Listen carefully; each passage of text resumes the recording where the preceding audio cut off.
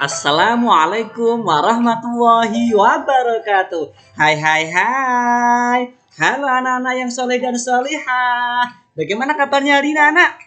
Alhamdulillah, anak-anakku semua bapak sayangi. Pokoknya bapak selalu mendoakan untuk anak-anakku semuanya bersama keluarga tercinta yang ada di rumah agar tetap dalam keadaan sehat walafiat ya anakku semuanya ya. Pinter sekali anak semuanya. Hari ini bertemu lagi dengan bapak anakku semuanya. Kita akan belajar apa? Iya, pintar sekali anak-anakku semuanya. Hari ini kita akan belajar pendidikan agama Islam anak-anakku semuanya. Nah, fokus ya. Subtema pembelajaran kita hari ini yaitu adalah tentang kisah teladan Wali Songo anak-anakku semuanya ya. Maka dari itu silahkan anak-anakku semuanya persiapkan terlebih dahulu perlengkapan pembelajaran hari ini anak-anakku semuanya. Agar anak-anakku semuanya nanti ketika belajar ya tidak ada kendala, dalam keadaan lancar, tentunya semuanya memiliki pemahaman yang kuat. Gitu anak semuanya ya. Pintar sekali anak semuanya. Sudah siapkah hari ini anakku semuanya belajar bersama Bapak? Alhamdulillah anakku semuanya. Kalau semuanya anakku semuanya sudah siap, silahkan anakku semuanya. Yuk duduk yang rapi, kita berdoa yuk anakku semuanya. Kita awali dengan berdoa bersama ya. Semoga anak-anakku semuanya ketika belajar hari ini nanti mendapatkan ilmu yang bermanfaat. Tentunya anak-anakku semuanya menjadi anak-anak yang soleh dan solihah, sukses di dunia dan sukses di akhirat. Amin Allahumma amin. Mari berdoa dan khusyuk kepada Allah Subhanahu wa taala ya. Bismillahirrahmanirrahim. Rabbi zidni ilma warzuqni fahma. Amin. Alhamdulillah anak-anakku semuanya. Mari kita lanjutkan ya. Untuk tujuan pembelajaran hari ini anak-anakku semuanya, setelah mengikuti pembelajaran tentang kisah teladan Wali Songo, anak-anakku semuanya peserta didik itu dapat yang pertama anak semuanya menjelaskan terkait dengan kisah teladan Wali Songo anak semuanya. Nah, sebetulnya bagaimana sih Wali Songo lah? Nanti anak semuanya setelah belajar ini mampu untuk menjelaskan. Yang kedua anak semuanya, yang lebih penting dari itu adalah apa anak semuanya? Anak-anakku semuanya mampu meneladani kisah teladan Wali Songo. Jadi anakku semuanya mampu mengimplementasikan, mampu melakukan sikap-sikap dari keteladanan Wali Songo. Mohon maaf, ini kita laksanakan dalam kehidupan sehari-hari. Kita implementasikan dalam kehidupan sehari-hari. Makanya Wali Songo ini harus apa anakku semuanya? Kita teladani dalam kehidupan sehari-hari. Itu ya anak semuanya ya. Mari kita lanjutkan anak semuanya. Kemarin anak semuanya kita sudah belajar tentang siapa sih wali Allah itu. Kita juga sudah belajar tentang keimanan dan ketakwaan wali Allah. Kita sudah tahu kemarin ya. Kita lanjutkan. Hari ini khusus tentang kisah teladan Wali Songo anak semuanya ya.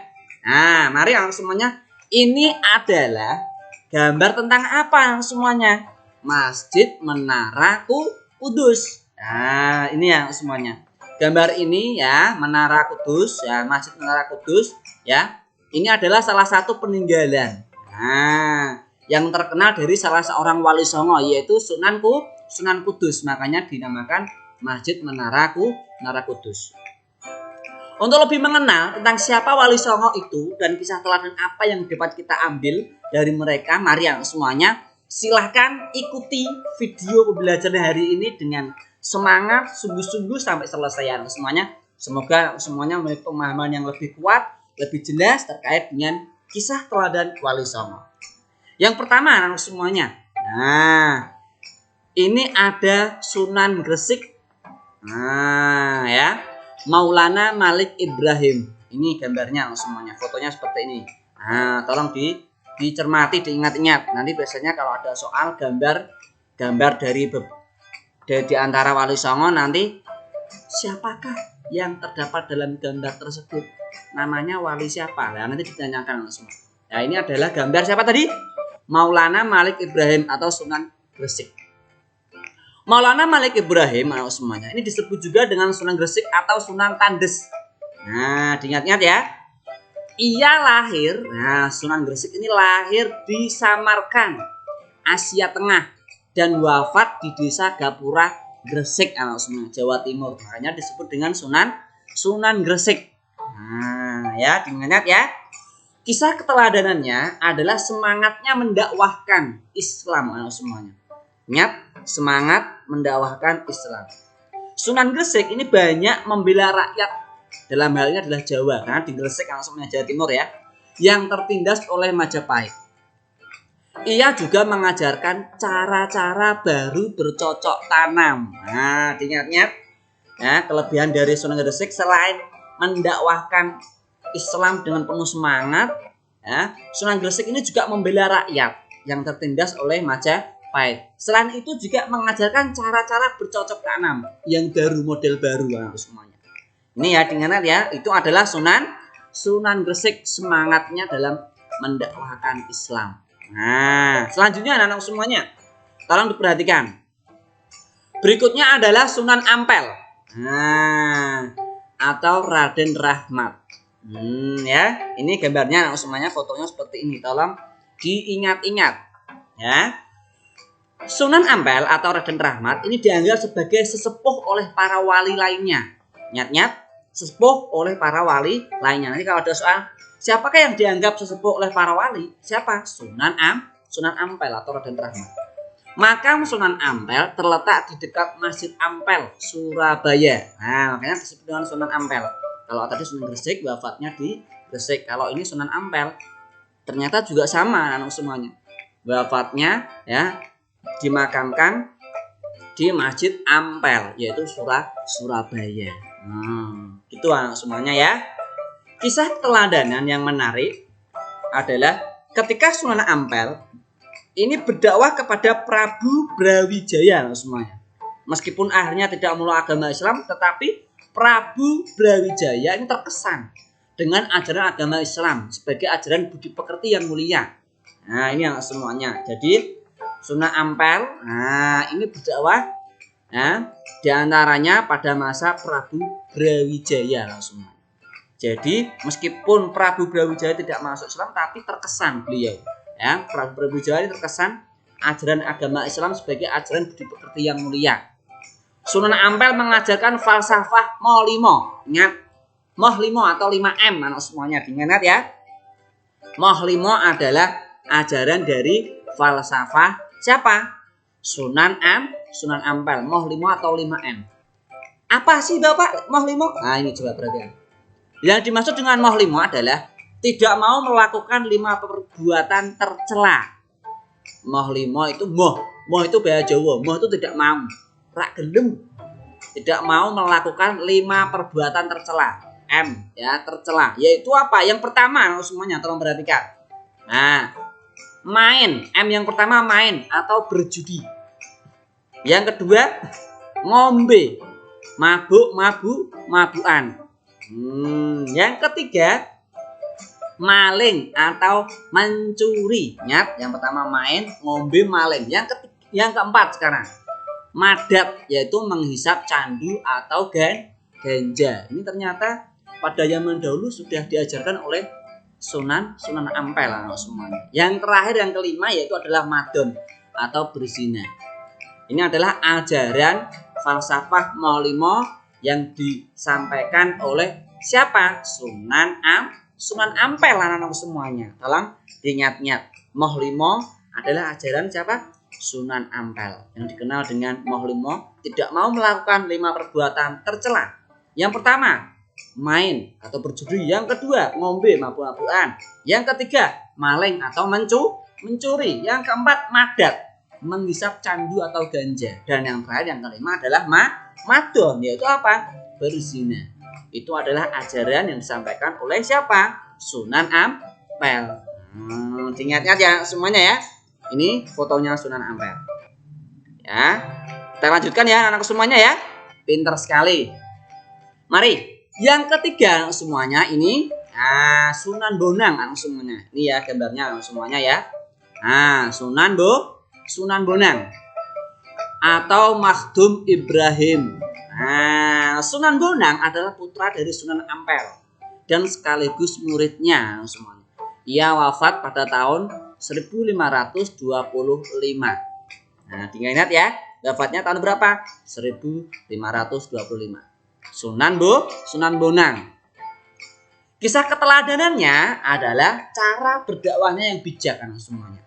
Jadi setiap wali songo, setiap wali ya ini memiliki karakteristik yang berbeda. Nah, yang pertama tadi ya Sunan Gresik dengan penuh semangat mendakwahkan agama Islam. Yang kedua Sunan Ampel dengan ciri khasnya yaitu falsafah Mohlimo. Kalau yang ini adalah Sunan Bonang. Nah, cara berdakwahnya yang bijak kan semuanya. Sunan Bonang ini sering menggunakan kesenian rakyat untuk menarik simpati mereka. Ia masukkan alat-alat musik bonang pada seperangkat alat musik gamelan. Nah, ya. Oleh karena itu, ia dikenal dengan sebutan Sunan Bonang. Nah, Bonang. Sunan Bonang juga pengubah suluk wijil dan tembang tombo ati. Nah, ingat-ingat anak semuanya. Nah, Sunan Bonang dengan penuh kebijaksanaannya. Nah, ini memasukkan alat-alat kesenian rakyat pada waktu itu dalam musik gamelan, yaitu apa? Alat musik bonang pada seperangkat alat musik gamelan.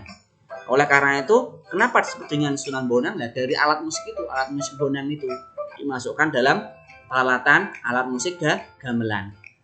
Sunan Bonang selain itu juga mengubah suluk wijil dan tembang tombo ati. Diingat-ingat ya semuanya ya, itu adalah dari Sunan Bonang atau Makhdum Ibrahim. Ya, anak semuanya. Selanjutnya, anak semuanya. Nah, ini yang keempat adalah Sunan Derajat, anak semuanya. Nah, ini anak semuanya gambarnya seperti ini, Sunan Derajat. Sunan Derajat ini juga putra dari Sunan Ampel, anak semuanya. Ia diperkirakan wafat pada tahun 1522. Nah, diingat ya anak semuanya ya. Ini juga putra dari Sunan Ampel. Pesantren Sunan Derajat ini dijalankan di Desa Derajat. Nah, makanya disebut dengan Sunan Derajat, Kecamatan Paciran, Lamongan, Jawa Timur, semuanya ya.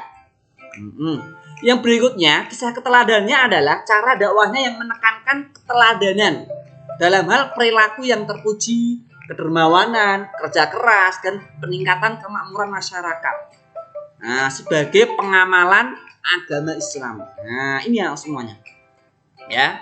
Ini kalau Sunan Derajat, nah, ini itu menekankan pada keteladanan dari hal-hal perilaku yang terpuji, kedermawanan, kerja keras, semuanya, dan peningkatan kemakmuran masyarakat. Ini semuanya. Jadi Sunan Derajat juga berdakwah melalui kesenian, yaitu tembang Macapat, Pangkur disebut sebagai ciptaannya. Ingat ya semuanya. Nah, ciptaan ya, kesenian yang diciptakan oleh Sunan Derajat apa? Tembang Macapat, Pangkur.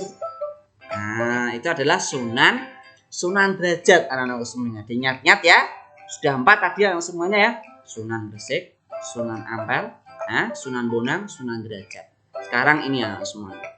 Nah, yang kelima, Sunan Kudus. Nah, tadi di depan ada gambar menara Masjid Kudus. Ini ya semuanya. Ini adalah gambar dari siapa? Sunan Kudus fotonya ini. Nah, Sunan Kudus adalah putra Sunan Ngudung atau Raden Usman Haji. Ia memiliki peran yang besar dalam pemerintahan Kesultanan Demak. Ia menduduki posisi sebagai panglima perang, penasihat Sultan Demak, dan hakim peradilan negara. Ini yang semuanya. Sunan Kudus itu jadi adalah putra dari Sunan Ngudung atau Raden Usman Haji. Ia memiliki peran besar dalam pemerintahan Kesultanan Demak pada waktu itu semuanya. Jadi menduduki posisi yang sangat penting, yaitu sebagai panglima perang, penasihat Sultan Demak, dan hakim peradilan negara. Itu adalah Sunan Kudus. Sunan Kudus ini banyak berdakwah di kalangan kaum penguasa dan priayi Jawa semuanya ya. Kaum penguasa dan priayi Jawa. Di antara yang pernah menjadi muridnya adalah Sunan Prawoto penguasa Demak dan Arya Panangsang Adipati Jepang Panolan. Ini ya semuanya. Jadi ya, beliau Sunan Kudus itu berdakwahnya di kalangan kaum penguasa dan priayi. Di antara yang pernah menjadi muridnya adalah Sunan Prawoto penguasa Demak dan Arya Panangsang Adipati Jepang Panolan. Salah satu peninggalannya yang terkenal adalah Masjid Menara Kudus. Sunan Kudus wafat pada tahun 1550. Ini ya semuanya ya. Jadi yang terkenal dari Sunan Kudus adalah apanya peninggalannya, yaitu berupa Masjid Menara Kudus. Ya, muridnya diantaranya adalah siapa? Sunan Prawoto Penguasa Demak dan Arya Penangsang Adipati Jipang. Itu adalah siapa semuanya? Sunan Kudus. Iya. Selanjutnya anakku semuanya Bapak sayangi. Nah, kita akan beralih ke Sunan Giri ya semuanya. Ini anak semuanya Sunan Giri ya. Nah, gambarnya seperti ini. Sunan Giri adalah putra Maulana Ishaq. Ia termasuk murid Sunan Ampel. Jadi Sunan Giri ini termasuk dari muridnya Sunan Ampel. Dan seperguruan dengan Sunan Bonang. Salah satu keturunannya adalah Sunan Giri ya semuanya. Prapen yang menyebarkan agama Islam ke wilayah Lombok dan Bima. Nah, jadi salah satu keturunannya adalah Sunan Giri Prapen yang menyebarkan agama Islam ke wilayah Lombok dan Bima. Ini di luar Jawa semuanya ya. Nah, jadi Sunan Giri ini adalah murid dari Sunan Ampel, seperguruan dengan Sunan Bonang. Ingat-ingat ya semuanya ya. Nah, selanjutnya Sunan Giri ini sangat berjasa mendakwakan Islam di Jawa bahkan sampai ke wilayah timur Indonesia semuanya. Nah, jadi sampai keluar Jawa semua. Ia pernah menjadi hakim dalam perkara Syekh Siti Jenar. Ia pun juga berdakwah melalui kesenian. Nah, jadi kesenian tadi tidak hanya dari Sunan Bonang, ternyata Sunan Giri juga sama melalui kesenian. Tembang Islami untuk dolanan anak-anak diciptakannya. Dolanan. Nah, tembang Islami itu adalah ciptaan dari Sunan siapa? Sunan Giri. Seperti jamuran, jitungan, dan delian. Nah, itu semuanya ya diingat-ingat ya. Salah satu karya diantaranya adalah jamuran, jitungan, dan delian. Itu adalah tembang Islami untuk dolanan anak-anak. Diciptakan oleh siapa? Sunan Giri. Itu ya semuanya ya. Pintar sekali. Mari kita lanjutkan sekarang. Kita beralih ke Sunan Kalijaga semuanya. Raden Said. Nah, biasanya sering menyebut Sunan Kalijogo. Nah, gitu semuanya ya. Raden Said. Ini gambarnya semuanya adalah Sunan Kalijogo.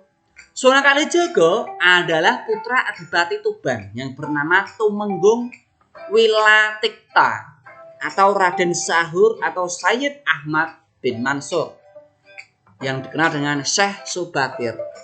Ia adalah murid Sunan Bonang. Ini semuanya ya. Kalau Sunan Kalijaga ini adalah putra dari Adipati Tuban yang bernama Tumenggung Wilatikta atau disebut dengan Syekh Subakir. Sunan Kalijaga ini menjadi murid dari Sunan Bonang. Kalau Sunan Bonang tadi muridnya siapa? Muridnya Sunan Ampel. Nah, ini berurut anak semua. Ya, Sunan Kalijaga ini juga menggunakan kesenian anak semuanya dan kebudayaan sebagai sarana untuk berdakwah. Seperti wayang kulit dan tembang suluk. Tembang suluk ler ilir. Dan gundul-gundul pacul. Ini juga dianggap sebagai hasil karya dari Sunan Kalijaga semuanya ya. Jadi ada juga ya, selain tadi beberapa wali songo tadi sudah disebutkan, itu ternyata wali songo yaitu Sunan Kalijaga juga menggunakan apa? Kesenian dan kebudayaan. Apa? Berupa apa? Wayang kulit. Nah, dan tembang suluk. Tembang suluknya lir ilir dan gundul-gundul pacul. Itu ya semuanya ya, adalah hasil karya siapa? Sunan Kalijaga. Ya. Selanjutnya anak-anakku semua yang bawa sangi. Berikutnya adalah Sunan Muria. Sunan Muria, anak semuanya, mohon maaf. Sunan Muria. Ya. Raden Umar Said. Nah, ya, kalau tadi Raden Said. Nah, ini anak semuanya kalau Sunan Kalijaga diingat-ingat nanti biar tidak lupa. Kalau Sunan Kalijaga itu Raden Said. Nah, kalau Sunan Muria adalah Raden Umar Said. Ingat-ingat ya. Nah, ini adalah gambar dari Sunan Muria anak semuanya. Sunan Muria atau Raden Umar Said adalah putra dari Sunan Kalijaga. Nah, diingat-ingat ya, putra dari Sunan Kalijaga. Ia adalah adik ipar Sunan Kudus. Tempat tinggalnya di Gunung Muria, makanya disebut dengan Sunan Muria, yang letaknya di sebelah utara kota Kudus, Jawa Tengah. Ingat-ingat ya. Putra dari siapa? Putra dari Sunan Kalijaga. Dia adalah adik ipar dari Sunan Kudus. Ingat-ingat ya. Tinggalnya di mana? Di Gunung Muria. Maka disebut dengan Sunan Muria. Seperti ayahnya Sunan Kalijaga. Ya, jadi Sunan Muria ini berdakwah dengan cara yang lembut. Kesenian gamelan dan wayang tetap digunakannya sebagai alat berdakwah. Sunan Muria ini menciptakan tembang Sinom dan Kinanti. Nah, kalau tadi, ya, anak semuanya kalau Sunan Kalijaga apa tadi?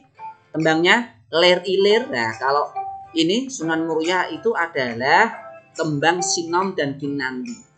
Sasaran dakwahnya adalah para pedagang, nelayan, pelaut, dan rakyat jelata semuanya.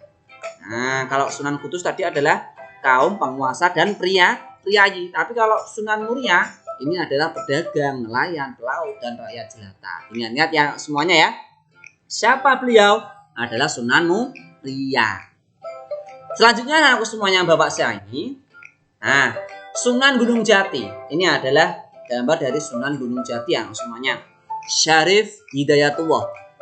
Sunan Gunung Jati anak semuanya atau Syarif Hidayatullah.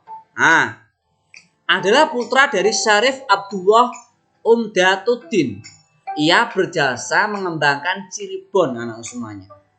Nah, sebagai pusat dakwah dan pemerintahannya yang kemudian menjadi Kesultanan Cirebon. Ini anak semuanya ya. Nah, anaknya yang bernama Maulana Hasanuddin juga berhasil mengembangkan kekuasaan dan menyebarkan agama Islam di Banten sehingga kemudian menjadi Kesultanan Banten anak semuanya. Ingat ya. Siapa tadi? Sunan Gunung Jati atau Syarif Hidayatullah. Sunan Gunung Jati, anak semuanya, ini memberikan keteladanan yang baik dalam bekerja. Ya, sering ikut bermusyawarah dengan para wali lainnya di Masjid Demak. Ya, ingat-ingat Masjid Demak tadi ada wali siapa? Adalah Sunan Kalijaga. Pada pembangunan Masjid Agung Sang Cipta Rasa, pada tahun 1480, ini Sunan Gunung Jati ini melibatkan banyak pihak, termasuk di dalamnya para wali lainnya dan sejumlah tenaga ahli yang dikirim oleh Raden Patah. Nah, itu anak semuanya ya, adalah terkait dengan keteladanan Wali Songo. Ada berapa tadi? Jumlahnya 9 karena Wali Songo. Nah, itu saja. Nah, dengan demikian tadi kita sudah tahu dari awal Sunan Gresik sampai yang terakhir ini adalah Sunan siapa tadi anak semuanya? Nah, ini Sunan Gunung Jati anak semuanya. Kita bisa meneladani bahwasanya apa anak semuanya? Kita ya sebagai hamba Allah ini harus apa? Memiliki apa? Rasa rendah hati anak semuanya. Nah, ya. Rasa apa? Peduli. Nah, ini Wali Songo ini sangat peduli dengan warga masyarakat sekitar anak semuanya. Jadi, para Wali Songo ini mengajak masyarakat sekitar ini untuk memeluk agama Islam. Selain itu juga apa? Diajarkan beberapa keahlian. Nah, keahlian diantaranya tadi ada yang bercocok tanam ya. Gitu anak semuanya. Terkait dengan kesenian juga diajarkan dengan Sunan Bonang. Ada juga wayang kulit diajarkan oleh siapa tadi? Sunan Kalijaga dan putranya yaitu adalah Sunan Muria. Itu anak semuanya ya. Ini kita harus apa berarti anak semuanya? Rendah hati. Kita laksanakan dalam kehidupan sehari-hari. Jadi tidak sombong anak semuanya. Bahwasanya kita ini adalah manusia biasa. Nah, ya. Dengan perilaku terpuji, mari kita biasakan dalam kehidupan sehari-hari. Itu saja anak semuanya ya yang bisa kita teladani dari Wali Songo. Nah, semangat berdakwah, semangat apa tadi? Berperilaku terpuji ya, dermawanan, bijaksana dan lain sebagainya tadi banyak anak semuanya mari kita terapkan dalam kehidupan sehari-hari.